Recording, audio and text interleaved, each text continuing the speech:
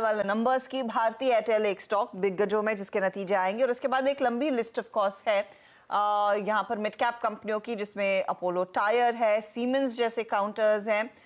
वैसे 6 वायदे कंपनियों पर मार्केट कल रिएक्ट करने वाला है या फिर कल नंबर्स का इंतजार रहेगा। पहले बिग बॉय भारतीय एयरटेल की चर्चा कर लेते हैं। सुमित बताइए, क्योंकि बाकी कंपनियों की आरपूज में इंप्रूवमेंट आया है, वो एक बड़ा फिगर रहेगा, लेकिन ओवरऑल ये क्वार्टर भारतीय के लिए कैसा? देखिए, भारतीय एयरटेल के स्टॉक परफॉर्मेंस पहले ज़्यादा ध्यान रखिएगा आप, क्योंकि ये शेयर ऑलरेडी अपने ऑल टाइम हाइस के करीब ही है। जैसे टाटा मोटर्स केस में हुआ कि एंटिसिपेशन ज़्यादा होती हैं, एक्सपेक्टेशन ज़्यादा होती है, तो आप अच्छे नंबर दे लो, उसके बाद भी बाजार उस पर रिएक्ट नेगेटिवली करता है। सो भारतीय एयरटेल ऑलरेडी बहुत बढ़िया तेजी दिखा चुका है, एक बारी को 1300-1350 रुपये के आसपास के हाइस हैं इसके। पहली चीज़, इस क्यू ऑन क्यू बेसिस पे जो अनुमान बाजार लगाकर चल रहा है कि रेवेन्यूज़ करीब 1-1.25% के आसपास बढ़ने का अनुमान है, 38,315 करोड़ रुपये का रेवेन्यू।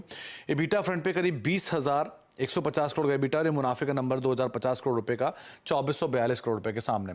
एबिटा करीब 20,150 crore Q on Q number है और मार्जिन फ्लैट 52-53% के सामने 52.52% के आसपास के मार्जिन रहेंगे। अफ्रीकन बिजनेस इन्होंने जो रिपोर्ट किया हुआ है थोड़े वीक सेट है। Q4 में रेवेन्यू 10% वहाँ पर टूटा है और एबिटा करीब 14% के आसपास टूट चुका है और करीब $10.4 करोड़ के आसपास का घाटा भी वहाँ पर देखा है, क्योंकि वहाँ पर करेंसी डिवैल्यूएशन का और इन्फ्लेशनरी प्रेशर का इम्पैक्ट भी नंबर्स के ऊपर आता हुआ दिखाई पड़ा, तो कंसोलिडेटेड नंबर्स पे शायद इम्पैक्ट देखने को मिले। सब्सक्राइबर नंबर करीब 35 मिलियन, जो कि 3.5 मिलियन, जो कि पिछली बारी 4 मिलियन के आसपास थे क्यू ऑन क्यू बेसिस पर। आरपू सबसे इंपॉर्टेंट 348-349 रुपए के आसपास के आरपू की बातचीत है मार्केट्स में, जो कि पिछली बार के सामने करीब 1% बढ़ेगा, 345 था। प्रीमियमाइजेशन और इनके पास ज़्यादा पोस्टपेड ग्राहक हैं, इसकी वजह से एक अच्छे नंबर्स की उम्मीद आप आरपू फ्रंट पे लगा सकते हैं। लेकिन ओवरऑल आरपू का नंबर, रेवेन्यूज़ का नंबर, ओवरऑल कंसो का नंबर्स आप ध्यान रखेंगे इस बैकग्राउंड के साथ कि स्टॉक ऑलरेडी बढ़िया तेजी दिखा चुका है। ओके, तो ये इनफैक्ट भारतीय एयरटेल हुआ, लेकिन ट्रेड क्या लेना है? शिल्पा, भारतीय Airtel in the recent past इस तरह के मूव्स इसके रहे हैं, क्या किया जाए अब नंबर से पहले? जी बिल्कुल, यहाँ पे अगर आप देखेंगे तो 1300 की जोन्स की तरफ है ये स्टॉक। अगर ये 1305 अगर प्रिसाइसली बोलेंगे इसके ऊपर सस्टेन करता है तो आपको अपसाइड टूवर्ड्स पहला टारगेट्स टूवर्ड्स 1360 1370 तक भी आपको आ सकता है, लेकिन 1305 के ऊपर का सस्टेनेंस थोड़ा इंपॉर्टेंट है। अदरवाइज आपको ये टूवर्ड्स 1260 1245 के जोन्स पे मिलेगा अगेन फॉर बाइंग। ओके, तो ये फिलहाल आपके लिए एक व्यू भारतीय एयरटेल पर। सुमित, साथ ही सीमेंस क्या एक्सपेक्ट करें, कंसिडरिंग एबीबी नंबर्स के बाद बहुत तगड़ा मूव देखने को मिला और परफॉर्मेंस अच्छा था, तो उम्मीदें बढ़ गई हैं इस कंपनी से। तो ऑलरेडी बहुत हद तक तो डिस्काउंट कर ही लिया अच्छे नंबर्स को। एबीबी के नंबर्स बहुत अच्छे आए हैं, बाजार अनुमान भी अच्छे लगा था और उससे कहीं ज़्यादा अच्छे नंबर आए।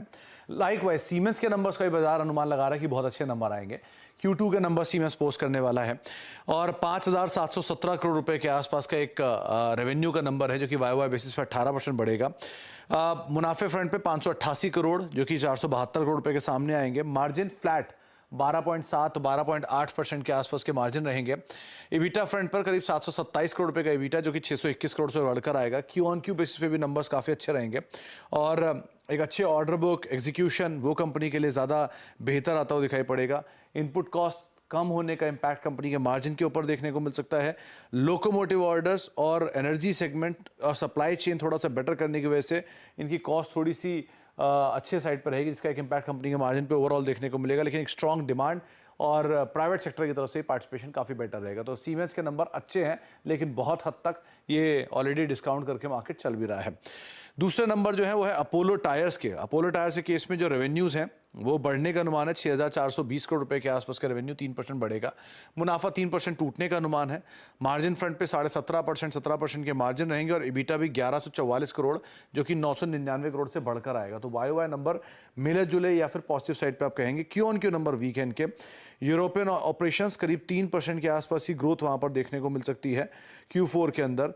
और ओवरऑल यही माना जा रहा है कि पिछली तिमाही में 12% के आसपास के एबिट मार्जिन थे, इस बार 10% के आसपास के एबिट मार्जिन आने का अनुमान है, जो पिछले साल इस तिमाही में 9% के आसपास के एबिट मार्जिन रहने का अनुमान था। रॉ मटेरियल का प्राइसेस और ओवरऑल जो कॉस्ट एस्केलेशन है वो थोड़ा इंपैक्ट कर सकता है क्यू ऑन क्यू बेसिस पे, लेकिन वाई अच्छे number, Q on Q week side पे अपोलो टायर के नंबर देखने को मिल सकते हैं। तो क्यू ऑन क्यू वीक, लेकिन वाई ऑन वाई बेहतर नंबर्स अपोलो के। और सीमेंस में तो हमने देखा है पहले से ही अच्छी तेजी बन गई है। राजेश जी, सीमेंस में इस समय राजेश सातपुते, ट्रेड कैरी किया जाए कल के लिए या फिर आज कुछ मुनाफा वसूले और फिर कल फ्रेश अप्रोच रहेगी?